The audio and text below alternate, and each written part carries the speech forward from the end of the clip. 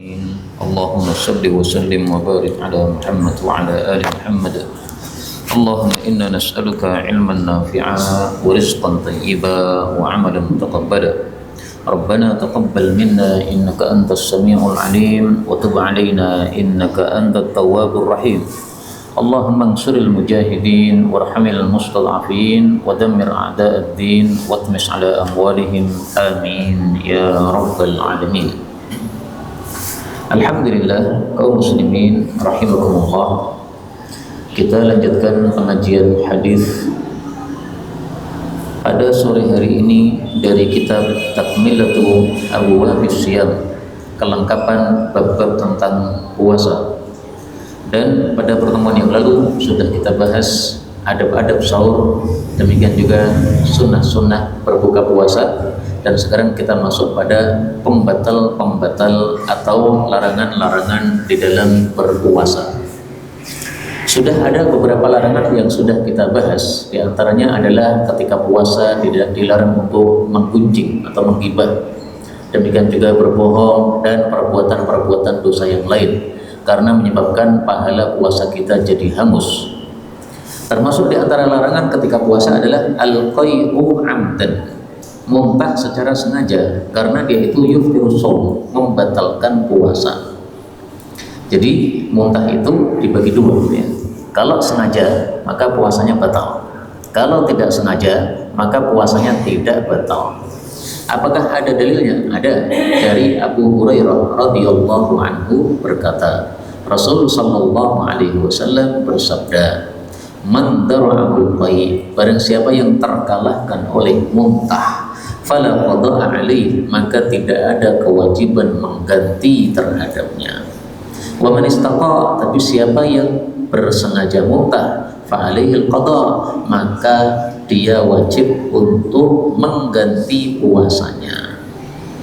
Inilah dalil yang berpendapat bahwa muntah dibagi dua. Tapi masalah ini masalah khilafiyah, ada perselisihan pendapat. Sebagian ulama berpendapat muntah itu tidak membatalkan puasa, karena yang membatalkan itu sesuatu yang masuk, bukan sesuatu yang keluar. Panjenengan makan batal, panjenengan minum batal, panjenengan muntah itu tidak batal, sengaja maupun tidak sengaja tidak batal. Kok bisa ada dua pendapat? Kan ada hadisnya ini. Nah, jawabannya adalah hadis ini diriwayatkan oleh Imam 5, tapi dianggap cacat oleh Imam Ahmad, tetapi dianggap kuat oleh Imam Daruqutni.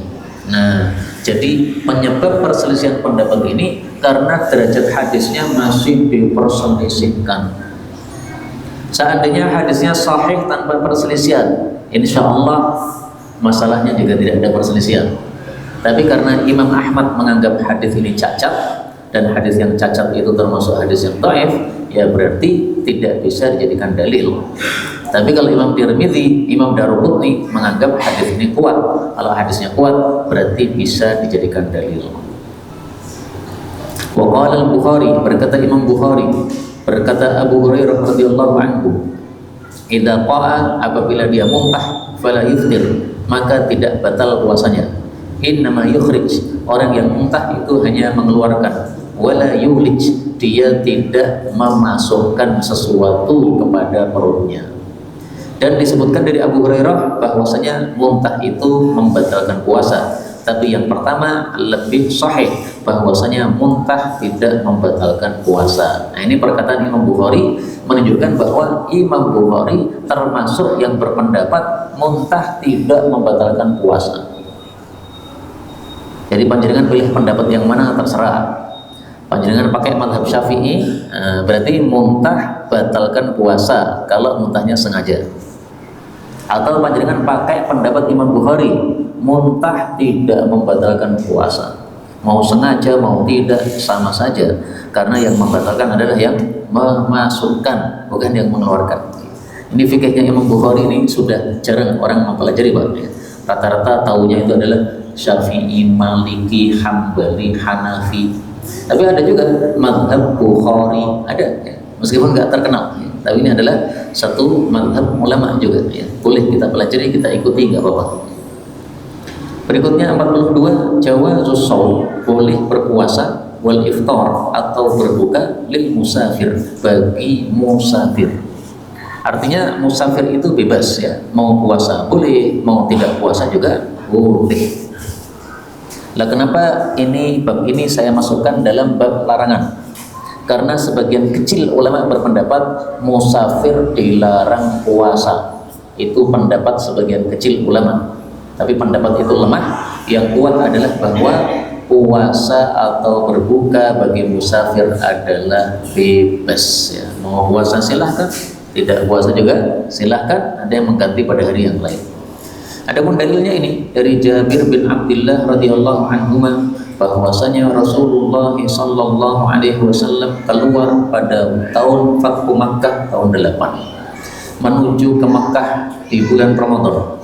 Lalu beliau puasa sampai ke tempat namanya Qura'ul Ghamim, dan orang-orang juga puasa. Lalu beliau minta satu wadah berisi air, lalu beliau mengangkatnya sehingga orang-orang melihat kepada Nabi sallallahu alaihi wasallam. Lalu beliau minum. Kemudian dikatakan kepada beliau setelah itu, sesungguhnya sebagian orang masih ada yang puasa.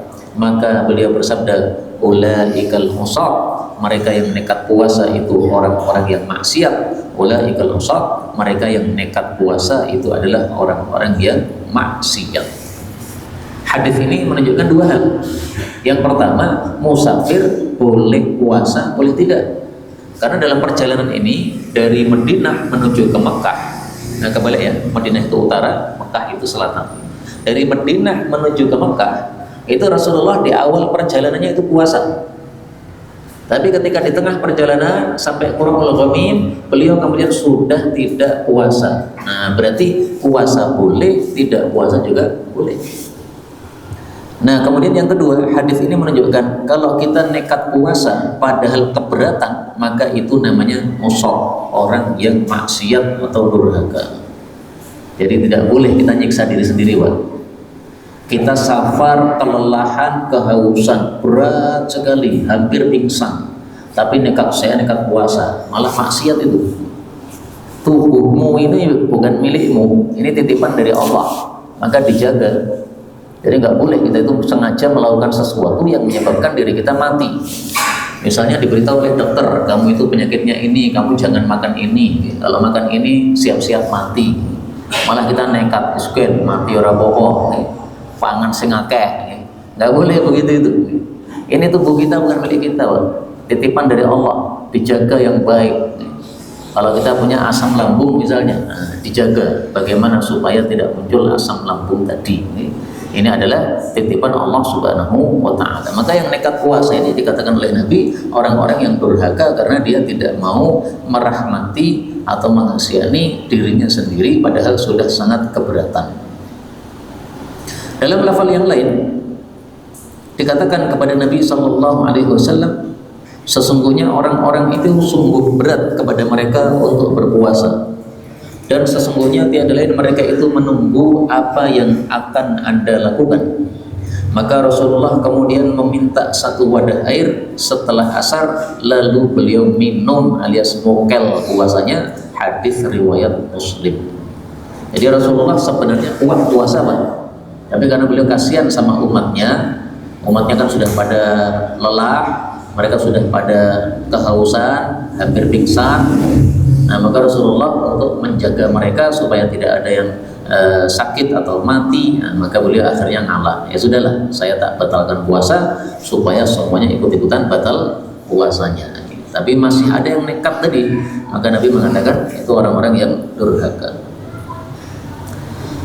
Kemudian kalau boleh puasa dan boleh tidak puasa, lebih utama yang mana antara puasa dengan tidak ketika safar? Nah, maka jawabnya adalah di sini ada 4 pendapat. Pendapat yang pertama mengatakan tafdilus fitri, lebih utama berbuka ala saumi daripada puasa lil musafir, bagi orang musafir. Dan ini pendapat Imam Ahmad, Pak. Kalau menjadikan safar lebih utama tidak puasa. Makanya Syekh bin Baz itu bersafar dari Mekah menuju ke Riyadh, itu sudah berbuka. Padahal nggak jauh kan Mekah dengan Riyadh itu. Naik pesawat aja berapa menit, nggak sampai 1 jam, cepat sekali. Tapi beliau tetap minta berbuka karena beliau mazhabnya mazhab Hambali, ya, sesuai mazhabnya lebih utama berbuka.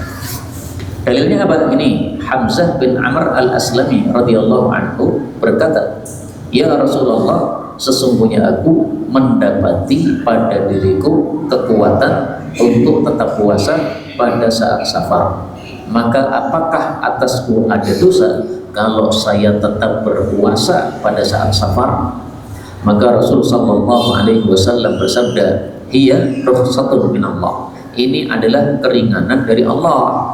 Faman akhadha biha, barang siapa yang mengambil keringanan hukum ini, fahasanun, maka dia itu bagus. Dipuji oleh Nabi, bagus. Karena dipuji berarti apa? Lebih utama berbuka. Terus kalau puasa gimana? Waman ahabba ayyasuma, barang siapa yang tetap senang berpuasa, fala junaha alaih, maka tidak ada dosa atasnya. Jadi yang puasa tidak ada dosa, yang tidak puasa bagus. Berarti lebih utama yang tidak puasa. Karena yang puasa tidak dipuji oleh Nabi. Nabi hanya mengatakan tidak ada dosa. Tapi yang tidak mau puasa, maka dia malah dipuji bagus. Ini hadis riwayat Muslim, dan ini hadisnya asalnya muttafaqun alaih dari hadis Aisyah, bahwasanya Hamzah bin Amr tadi bertanya kepada Nabi sallallahu alaihi wasallam. Sekarang pendapat yang kedua, tafdhilus shaum, lebih utama puasa alal fitr, daripada berbuka, lil musafir, bagi musafir. Jadi 4 pendapat ini semuanya punya dalil, Pak. Makanya kalau ada perselisihan pendapat itu jangan ngotot-ngotot. Sama-sama punya dalil. Yang kunut subuh silahkan, yang tidak kunut subuh silahkan, yang kunut witir silahkan, yang tidak kunut witir silahkan, gak ada masalah. Jadi jangan terlalu ngotot lah untuk perkara-perkara yang memang khilafiyat, ya. Yang penting punya dasar dalil, sudah lakukan masing-masing sesuai dengan keyakinannya, nggak usah bertengkar. Umat Islam kan mudah bertengkar. Iran perang dengan Israel, umat Islam di Indonesia patuh meneh. Yang satu mengatakan Iran Syiah kafir, berarti kafir perang dengan kafir. Nah, satunya lagi mengatakan enggak, Iran itu adalah Muslim, tetapi mereka Syiah sesat. Nah, itu pendapat yang benar begitu. Mereka perang malah kita perang antar kita. Iya deh. Boyo membantu yang Muslim melawan yang kafir, itu cetok, malah patuh dewi-dewi, Ramadan sisan, masya Allah, aneh sekali umat Islam ini. Nah, maka tidak usah bertengkar masalah-masalah beda pendapat. Yang penting kamu punya dasar dalil dan saudaramu punya dasar dalil, maka dihormati. Sekarang kita cari dalilnya, bahwasanya lebih utama puasa. Dari Abu Darda radhiyallahu anhu berkata, kami telah keluar bersama Nabi sallallahu alaihi wasallam pada sebagian safar beliau pada hari yang sangat panas, sampai-sampai meletakkanlah seorang laki-laki telapak tangannya di atas kepalanya dari sebab dahsyatnya panas. Ini karena zaman dulu para sahabat miskin, Bang. Jadi topi nggak punya, sorban nggak punya.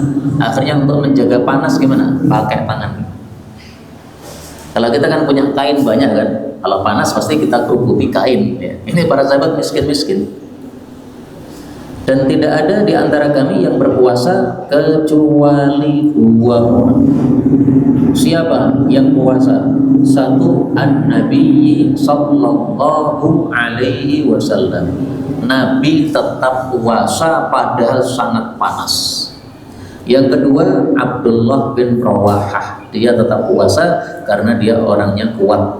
Hadis muttafaqun alaih. Nah, di sini Nabi pilih puasa, berarti puasa lebih utama daripada tidak puasa. Ini dalil bagi yang berpendapat puasa lebih utama ketika safar daripada tidak. Sekarang pendapat yang ketiga, as-shaumu wal fitru, puasa maupun berbuka, lil musafir sawa, bagi orang safar itu sama saja derajatnya. Tidak ada satu lebih utama daripada yang lain. Derajatnya same, ya, sama. Dalilnya apa? Ini dari Aisyah radhiyallahu anha bahwasanya Hamzah bin Amr al-Aslami bertanya kepada Rasulullah sallallahu alaihi wasallam. Dia mengatakan, "Ya Rasulullah, sesungguhnya saya seorang laki-laki yang terus-menerus berpuasa. Apakah saya boleh berpuasa pada saat safar?" Maka beliau mengatakan, "Sum, puasalah in syi'ta jika mau, wa aftir, dan berbukalah in syi'ta jika mau." Artinya apa? Bebas. Puasa boleh, tidak puasa boleh. Nah, berarti derajatnya sama. Jadi karena hadisnya berbeda-beda, muncul pendapat yang berbeda-beda, Pak. Inilah sebabnya para ulama itu berbeda pendapat. Ada banyak dalil. Nah, sekarang orang yang membatasi pendapatnya kudu ngene, ora oleh ngene, itu berarti dalilnya ming sithik. Dia cuma baca satu dalil sehingga membantai semua pendapat yang berbeda dengan dia. Jangan begitu caranya, ya.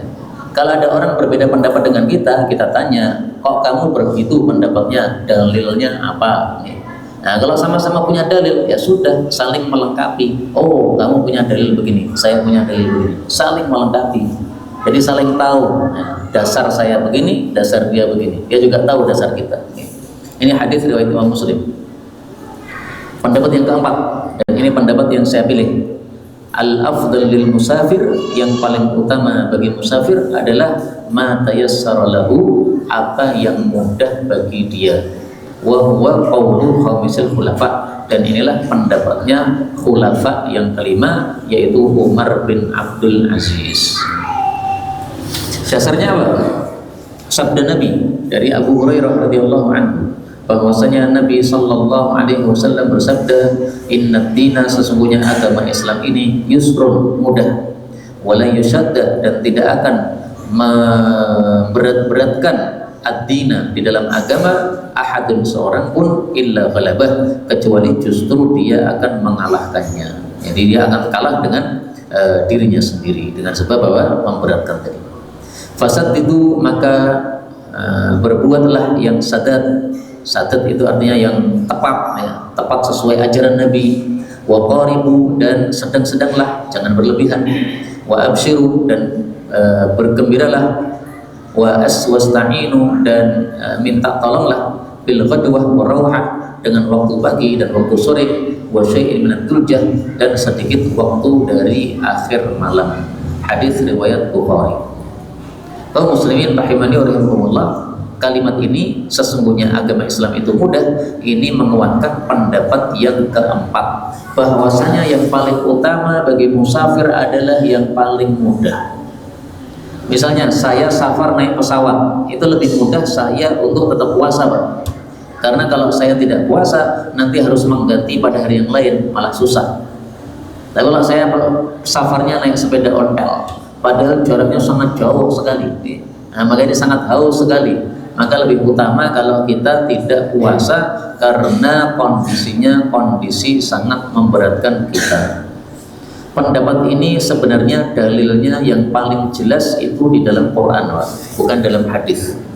Kalau hadisnya tadi kan umum, ya. Nah, kalau Qurannya sangat jelas. Allah mengatakan, "Wa man kana maridan aw ala safarin fa iddatun min ayyamin ukhra yuridullahu bikumul yusra wa la yuridu bikumul usra." Orang yang sakit, orang yang puasa, silahkan tidak puasa, nanti mengganti pada hari yang lain. Allah menghendaki kepada kalian kemudahan dan tidak menghendaki kepada kalian kesusahan. Nah, berarti yang paling afdal, yang paling mudah, yang paling gampang untuk kita lakukan. Adapun hadis ini tadi mengatakan minta tolonglah dengan waktu pagi, waktu sore, akhir waktu malam. Itu maksudnya beramal itu jangan full terus sampai kita malah bosan sendiri. Beramal itu dikit-dikit. Pagi kita beramal, buka Quran. Nanti sore beramal lagi, buka Quran lagi. Nanti akhir malam beramal lagi, buka Quran lagi. Jangan 24 jam buka Quran terus, malah bosan. Jadi beramal itu jangan berlebihan. Waktunya bekerja cari nafkah ya cari nafkah. Waktunya membantu istri ya bantu istri. Waktunya nyapu rumah ya nyapu rumah. Adapun ibadah membaca Quran, nah itu di waktu-waktu yang kita longgar untuk melakukannya. Maka dikatakan di sini pagi hari, sore hari, ya, akhir malam ini adalah waktu-waktu kelonggaran seseorang untuk beramal mencari pahala dari Allah Subhanahu wa taala. Masalah berikutnya, jawazul fidyah, bolehnya membayar fidyah li syaikhil kabir bagi orang yang tua renta. Jadi bapak-bapak yang usianya sudah sangat tua, misalnya usia 90 tahun, 100 tahun, sudah berat untuk puasa, maka tidak wajib puasa. Karena kalau puasa malah hampir pingsan, medeni kondisine, maka mengkhawatirkan lebih baik tidak usah puasa. Dalilnya apa? Nih, dari Ibnu Abbas radhiyallahu anhuma dia mengatakan telah dirukhsahkan, diringankan bagi orang yang tua renta untuk memberikan untuk berbuka dan dia kemudian memberi makan kepada orang miskin setiap harinya. Jadi mengganti satu hari tidak puasa dengan ngasih satu orang miskin, dan tidak ada kewajiban atasnya untuk mengganti puasanya. Hadis riwayat Daruqutni dan Hakim dan disahihkan oleh keduanya. Di sini Ibnu Abbas mengatakan diberikan keringanan. Siapa yang ngasih keringanan? Ya pasti Rasulullah. Jadi kalau para sahabat mengatakan kami diperintah, itu maksudnya Rasulullah perintah. Kami dilarang, itu maksudnya Rasulullah melarang. Diberikan keringanan, itu maksudnya Rasulullah yang kasih keringanan. Nah, jadi Rasulullah kasih keringanan untuk orang tua renta, silahkan berbuka, tapi setiap satu hari tidak puasa mengganti dengan memberi makan kepada orang miskin. Nah, di sini memberi makannya tidak dijelaskan oleh hadisnya. Nah, kita punya kaidah, Pak. Kaidah. Kullu fidyatin muddun illa fidyata ada. Setiap fidyah itu adalah satu mud saja, 6 on saja. Kecuali fidyah ada, yaitu ketika seseorang haji atau umrah kemudian dia melanggar misalnya potong kuku atau potong rambut, ya, maka dia menggantinya 2 mud atau 12 ons. Jadi satu hari tidak puasa, panjenengan mengganti dengan beras berapa? 6 ons minimal, ya. Nah, berarti kalau 30 hari tidak puasa, ya 6 ons kali 3. Saya tidak puasanya 10 hari, 20 hari saya masih kuat, 2 hari ke-21 saya sudah nggak kuat. Ini kata orang tua yang renta ini. Nah, silakan, nggak usah puasa, nggak apa-apa, ganti 60 ons beras. Apakah harus beras? Tidak. Makanan siap saji juga boleh. Satu kotak begini, ini untuk satu orang miskin untuk menggantikan satu hari tidak puasa. Tapi yang dikasih harus orang miskin, tidak boleh semua orang. Karena itu membayar fidyah tidak bisa misalnya saya titip untuk jamaah masjid nanti buka puasa. Karena jamaah masjid itu ada yang miskin, ada yang tidak miskin. Nah, maka kalau bayar fidyah harus dipastikan betul-betul sampai kepada mustahik, yaitu orang miskin. Orang tidak miskin nggak sah, Pak. Tidak miskin tidak sah. Karena apa? Tidak sesuai dengan aturan yang sudah ditetapkan oleh Allah Subhanahu wa ta'ala. Allah mengatakan fidyatun ta'amu miskin. Terus cara membayar fidyahnya bagaimana? Ada 2 cara. Cara yang pertama, setiap satu hari tidak puasa bayar fidyah. Jadi misalnya hari Ahad tidak puasa kan, nah berarti hari Ahad itu ngambil beras 6 ons atau 1 kilo atau terserah berapa, pokoknya minimal 6 ons, berikan kepada orang miskin. Besok lagi hari Senin tidak puasa, nah, ngambil beras lagi, kasihkan kepada orang miskin. Terus begitu setiap hari.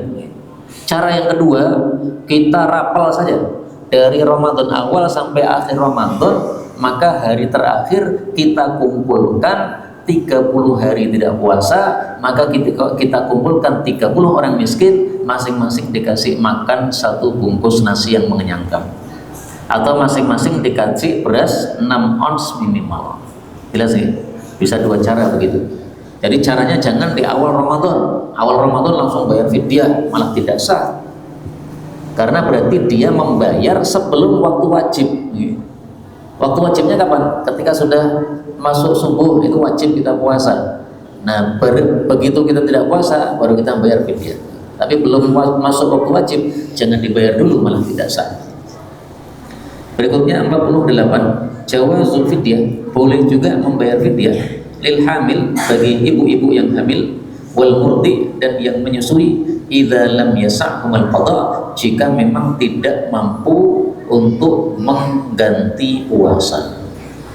Jadi ibu-ibu yang hamil sehingga tidak mampu puasa, atau menyusui sehingga tidak mampu puasa, baik itu karena dirinya tidak kuat atau karena kasihan kepada bayinya yang tidak kuat, maka hukum asalnya dia wajib mengganti puasanya. Hukum asalnya gitu Pak. Tapi kalau mengganti juga nggak bisa, nah baru silahkan pilih bayar fidyah. Ini tolong diperhatikan betul-betul ya, karena ibu-ibu sebagiannya ada yang gampangkan, wes fidyah wae gampang. Jangan begitu. Kewajibanmu bukan fidyah, kewajibanmu itu mengganti puasa. Karena orang yang hamil dan orang yang menyusui itu mirip sekali dengan orang sakit Pak. Namanya orang sakit itu ada batas waktunya ya. Sakit 1 bulan, habis itu kan sembuh. Nah berarti pas 1 bulan sakit ini tidak puasa, tapi pas sembuh bisa puasa. Sama juga wanita begitu, pas hamil nggak puasa, pas sudah tidak hamil bisa puasa. Pas menyusui nggak bisa puasa, pas tidak menyusui sudah bisa puasa. Nah, kecuali kalau ada ibu-ibu yang siklus hidupnya hamil nyusu, orang mandek-mandek. Maka kalau begitu caranya ya sudah, silahkan langsung bayar fidyah. Karena ditunggu kapanpun nggak akan sempat untuk mengganti puasanya. Ada kan teman-teman kita itu yang setiap tahun melahirkan, nah, sehingga tidak ada istirahat sama sekali, hamil nyusu terus. Nah, seperti itu tidak bisa mengqadha, silahkan membayar fidyah. Ibnu Abbas mengatakan, wa 'alal ladzina yutiqunahu fidyatun ta'amu miskin. Orang-orang yang tidak mampu puasa maka boleh membayar fidyah berupa makanan kepada orang miskin. Al-Baqarah 184. Kata Ibnu Abbas, ayat ini adalah keringanan bagi satu orang yang tua renta laki-laki, 2 wanita yang tua renta, sementara mereka itu tidak mampu puasa, maka boleh untuk berbuka, dan keduanya memberi makan untuk pengganti setiap 1 harinya. Dia memberi makan kepada miskinan, kepada orang miskin 1 orang. Demikian juga berlaku untuk al-hubla, wanita yang hamil. Yang keempat, al-murdi, berlaku untuk wanita yang menyusui. Idza khafata, apabila 2 wanita ini khawatir kepada siapa? Karena khawatir itu bisa 2, bisa khawatir kepada diri sendiri, bisa khawatir kepada bayinya atau janinnya. Nah, di sini khawatir kepada siapa? Kata Imam Abu Dawud, maksudnya khawatir kepada anaknya atau bayinya, maka boleh berbuka dan boleh membayarkan fidyah. Nah, tapi sebagian ulama berpendapat ini tidak harus khawatirnya kepada bayi. Khawatir kepada diri sendiri juga sama hukumnya. Pokoknya hamil menyusui maka dia seperti orang sakit, harus mengganti dari yang lain. Nggak bisa baru membayar apa? Fidyah. Gampang sekali gitu. Masalah ini gampang sekali untuk dihadapi. Dan hadis ini didiamkan oleh Abu Dawud, artinya beliau mensahihkan hadis ini, sementara Syekh Albani mengatakan hadis ini syadz, yaitu dhaif. Jadi ada yang mendhaifkan, ada yang tidak mendhaifkan. Berikutnya, kafaratul jima', kafarah bagi orang yang melakukan jima' nahara Ramadan, pada siang hari bulan Ramadan. Jadi orang puasa tidak boleh melakukan 3, makan, minum, jima'. Kalau nekat jima' bagaimana? Ini pelanggaran terbesar, maka hukumannya harus ada kafarahnya. Kafarah itu apa? Penghapus dosa. Nah, kafarahnya apa? Kita bahas di sini. Dari Abu Hurairah radhiyallahu anhu, dia mengatakan, telah datang seorang laki-laki kepada Nabi sallallahu alaihi wasallam, lalu dia mengatakan, saya binasa wahai Rasulullah. Maka Nabi bertanya, apa yang membinasakan kamu? Wa ma ahlakaka? Maka dia mengatakan, saya mengumpuli istri saya di bulan Ramadan pada siang hari. Maka Rasul bertanya, hatta jidu, apakah kamu mendapati ma tu'tiku raqabatan, sesuatu untuk memerdekakan budak? Maka dia menjawab, tidak, saya orang miskin. Maka beliau bertanya lagi, fahad tastati, apakah kamu mampu antasuma, untuk puasa syahraini mutatabi'ain, 2 bulan berturut-turut? Maka dia mengatakan tidak. Maka Rasul sallallahu alaihi wasallam bersabda lagi, fahad tajidu, apakah kamu mendapatkan ma tut'imu, sesuatu untuk ngasih makan sittina miskinan, 60 orang miskin? Maka dia mengatakan tidak, saya ini fakir. Kemudian dia duduk, lalu didatangkan kepada Nabi sallallahu alaihi wasallam satu wadah isinya kurma. Satu wadah Arab ini adalah isinya 15 sok kurma. Lalu beliau bersabda, tasaddaq, sedekahlah bihada, dengan kurma-kurma ini. Maka orang itu bertanya, apakah saya sedekah kepada orang yang lebih fakir daripada kami? Maka tidak ada di antara barat dan timur kota Madinah orang yang lebih fakir kepada kurma ini daripada saya. Artinya apa? Tolong kurma ini dikasihkan saya saja, karena saya paling lapar di Madinah.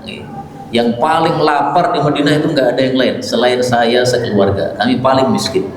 Maka Nabi pun tersenyum, sehingga tampaklah gigi samping beliau, gigi taring beliau.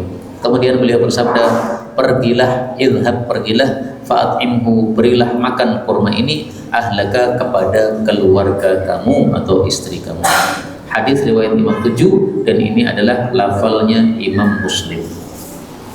Jadi ringkasnya, orang yang jima pada siang Ramadan, kafarahnya adalah 3, harus diurutkan.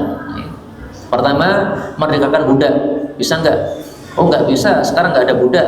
Oke. Yang kedua, puasa 2 bulan berturut-turut, harus berturut-turut. Kalau berhenti 1 hari saja sudah batal, harus diulang lagi dari awal. Kalau nggak bisa juga, nah kasih makan 60 orang miskin. Jadi hukumannya berat, Pak. 1 hari tidak puasa gara-gara jima pada siang Ramadan, maka harus mengganti memberi makan 60 orang miskin. 1 orang miskin berapa? 6 ons. Jadi tinggal dikalikan saja, 6 ons dikali 60. Setiap 1 orang miskin dikasih 1 mud. 1 mud itu 6 ons. Dari mana taunya bahwasanya setiap orang miskin dapatnya 1 mud? Ini kata-kata arok. Arok itu adalah 15 sok. 15 sok itu sama dengan 60 mud. Ya, berarti 15 sok dibagi untuk 60 orang miskin, masing-masingnya mendapatkan 1 mud, 1 mud. Kemudian dalam hadis ini, ternyata orang inilah adalah orang yang paling miskin di Madinah. Akhirnya kurma yang semestinya dibayarkan kepada orang miskin, malah oleh Nabi dikasihkan kepada dia, disuruh makan. Pertanyaannya, orangnya ini masih nanggung utang atau tidak? Nah, diperselisihkan oleh para ulama. Ada 2 pendapat. Pendapat pertama mengatakan orang ini masih nanggung utang karena dia belum membayar kafarah. Berarti suatu saat nanti kalau dia bisa kaya, maka dia wajib membayar kafarah, ngasih sedekah kepada 60 orang miskin. Pendapat yang kedua mengatakan enggak, dia sudah free. Buktinya free apa? Nabi tidak menjelaskan apa-apa. Seandainya ini masih punya tanggungan, Nabi pasti ngasih penjelasan. Oh ya, silahkan ini kurma kamu makan, tapi kamu nanggung loh ya. Nah, mestinya begitu. Ketika Nabi tidak menjelaskan tanggungan, berarti tidak ada kewajiban menanggung sama sekali. Nah, makanya termasuk apa? Hukum khusus bagi orang-orang yang kondisinya seperti itu. Makanya kata Imam Zuhri, ini hadis berlakunya cuma untuk 1 orang tadi, nggak akan berulang lagi. Kenapa? Tidak akan ada kejadian seperti ini lagi. Orang jima siang hari dan dia paling miskin, nggak ada yang lebih miskin, nggak mungkin ada begitu. Paling-paling miskinnya itu sama rata dengan yang lain ya. Tapi kalau paling miskin, nggak ada yang lebih miskin daripada dia. Nah itu nggak akan terjadi lagi. Itu fikihnya Imam Zuhri ya. Ini hanya khusus untuk kejadian itu saja. Kaum muslimin rahimakumullah, kalau panjenengan puasa sunnah Senin Kemis misalnya, kemudian siang-siang malah hubungan suami istri, itu tidak ada kewajiban kafarah. Karena pernah ada yang tanya Pak, jamaah satu masjid mendekati saya, Ustaz, saya puasa Senin, terus gimana Pak? Terus saya tidur di samping istri saya, terus gimana Pak? Terus akhirnya terjadi. Nah, pripun tuh panjenengan itu? Orang sudah niat puasa Senin Kemis malah nempel-nempel, akhirnya apa? Syahwatnya muncul, akhirnya kemudian hubungan. Itu salah, jangan dilakukan lagi. Nggih, saya sudah tobat, tapi ini gimana cara tobatnya? Nah, maka saya katakan tidak ada kafarah terhadap hal tersebut. Salahnya salah, tetapi tidak sampai dosa, Pak. Salahnya kenapa? Karena kita sudah meniatkan kebaikan, malah kita batalkan. Sesuatu yang sudah kita niatkan kebaikan itu lanjutkan. Sebagaimana dijelaskan oleh Allah dalam Al-Quran. Allah mengatakan, وَلَا تُبْطِلُوا أَعْمَالَكُمْ. Surat Muhammad ayat 33. Jangan kalian membatalkan amal-amal kalian. Nah, salah satu bentuk membatalkan amal itu tadi, kita sudah beramal bagus malah dihentikan. Nah, jangan dihentikan.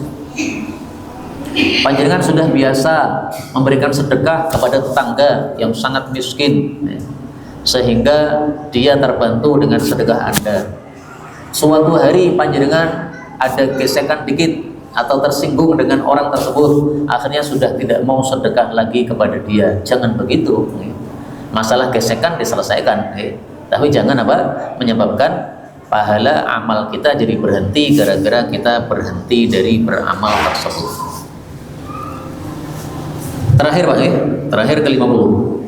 Jawazu bolehnya isbahis shaim, orang puasa masuk waktu subuh junuban, dalam keadaan junub.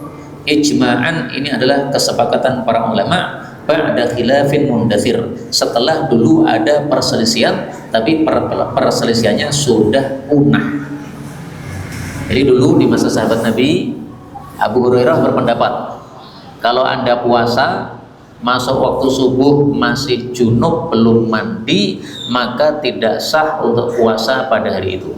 Itu dulu Abu Hurairah berpendapat begitu, menyelisih seluruh para sahabat. Kemudian setelah itu Abu Hurairah meralat pendapatnya, enggak begitu. Kenapa? Karena dia mendengar hadis dari Aisyah dan Ummi Salamah istri Nabi, bahwasanya Nabi Shallallahu Alaihi Wasallam kadang-kadang masuk subuh dalam kondisi junub dengan sebab jima. Kemudian beliau mandi habis subuh itu, kemudian beliau puasa. Hadis muttafaqun alaih.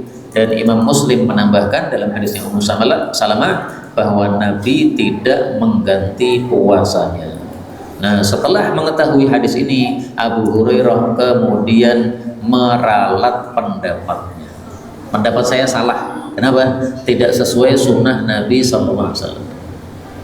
Yang tahu bahwasanya Nabi melakukan itu siapa? Ini Aisyah Ummi Salamah, istrinya Nabi. Istri Nabi saja yang tahu, selain istri Nabi nggak bakal tahu Pak. Orang junub itu di dalam rumah malam-malam, kemudian mandi junub juga di dalam rumah pagi-pagi, nggak ada yang tahu selain istri Nabi. Karena itulah para ulama mengatakan ini hikmahnya Nabi menikahi banyak istri. Jadi Nabi menikahi banyak istri bukan karena mengeluhkan syahwatnya, nuruti syahwatnya, bukan. Beliau menikahi banyak istri untuk maslahat umat. Salah satu maslahatnya apa? Supaya ilmu mudah tersebar di semua kabilah, terutama ilmu-ilmu yang berkaitan dengan ranjang. Ini kan berkaitan dengan ranjang ini. Yang tahu hanya istri-istri Nabi. Nabi tidak akan pernah diketahui junub atau tidak kecuali oleh istrinya sendiri. Ya. Nah, maka ini rahasianya Nabi menikahi banyak istri. Seandainya beliau itu menikahi banyak istri karena syahwat, pasti akan melirik cewek-cewek paling cantik-cantik yang masih perawan-perawan. Ternyata tidak seperti itu Nabi melakukan. Semua istri Nabi, 11 istri, semuanya janda, selain satu yang perawan yaitu Aisyah. Nah, maka berbeda dengan sebagian ustadz yang kalau ngajar deloi muridnya sing cewek, sing paling ayu di kemudian dilamar. Nah, kalau itu jelas syahwat. Karena apa? Dia mengajar sambil melirik, ya. Akhirnya kemudian apa? Dia berhenti dari mengajar gara-gara niatnya malah tidak ikhlas karena Allah Subhanahu wa taala. Na'udzubillahi min syarri dzalik. Sampai di sini kaum muslimin rahimani wa rahimakumullah, kita tutup dengan doa karena doa orang puasa adalah mustajab, apalagi menjelang buka puasa seperti ini. Allahumma salli wa sallim wa barik ala Muhammad wa ala ali Muhammad. Rabbana atina fid dunya hasanah wa fil akhirati hasanah wa qina adzabannar. Allahumma ansuril mujahidin warhamil mustad'afin wa dammir a'da'ad-din wa tmis ala amwalihim. ربنا تقبل منا إنك أنت السميع العليم وتب علينا إنك أنت التواب الرحيم يا مقلب القلوب ثبت قلوبنا على دينك ويا مصرف القلوب صرف قلوبنا إلى طاعتك ربنا هب لنا من أزواجنا وذرياتنا قرة أعين واجعلنا للمتقين إماما ربنا أوزعنا أن نشكر نعمتك التي أنعمت علينا وعلى والدينا وأن نعمل صالحا ترضاه وأصلح لنا في ذرياتنا إنا تبنا إليك وإنا من المسلمين اللهم اشف مرضى المسلمين اللهم اشف مرضى المسلمين اللهم اشف مرضى المسلمين اللهم إنك عفو تحب العفو فاعف عنا اللهم إنك عفو تحب العفو فاعف عنا اللهم إنك عفو تحب العفو فاعف عنا اللهم اهدنا فيمن هديت وعافنا فيمن عافيت وتولنا فيمن توليت وبارك لنا فيما أعطيت وقنا شر ما قضيت اللهم اقسم لنا من خشيتك ما تحول بيننا وبين معاصيك ومن طاعتك ما تبلغنا به جنتك ومن اليقين ما تهون به علينا مصائب الدنيا اللهم متعنا بأسماعنا وأبصارنا وقواتنا ما أحييتنا واجعله الوارث منا واجعل ثأرنا على من ظلمنا وانصرنا على من عادانا ولا تجعل مصيبتنا في ديننا ولا تجعل الدنيا أكبر همنا ولا مبلغ علمنا ولا تسلط علينا من لا يرحمنا اللهم إنا نسألك من الخير كله عاجله وآجله ما علمنا منه وما لم نعلم ونعوذ بك من الشر عاجل كله عاجله وآجله ما علمنا منه وما لم نعلم اللهم إنا نسألك الجنة وما قرب إليها من قول أو عمل ونعوذ بك من النار وما قرب إليها من قول أو عمل اللهم إنا نسألك من خير ما سألك نبيك صلى الله عليه وسلم ونعوذ بك من شر ما عاذ منه نبيك صلى الله عليه وسلم ونسألك أن تجعل كل قضاء قضيته لنا خيرا وصلى الله وسلم وبارك على النبي محمد والحمد لله رب العالمين. Kajian gratis ini berjalan atas izin Allah dan dukungan tulus dari Anda. Bersama kita sebarkan kebaikan seluas-luasnya. Yuk jadi bagian dari tim kebaikan kami dengan mendukung operasional dakwah. Jazakumullahu khairan katsiran.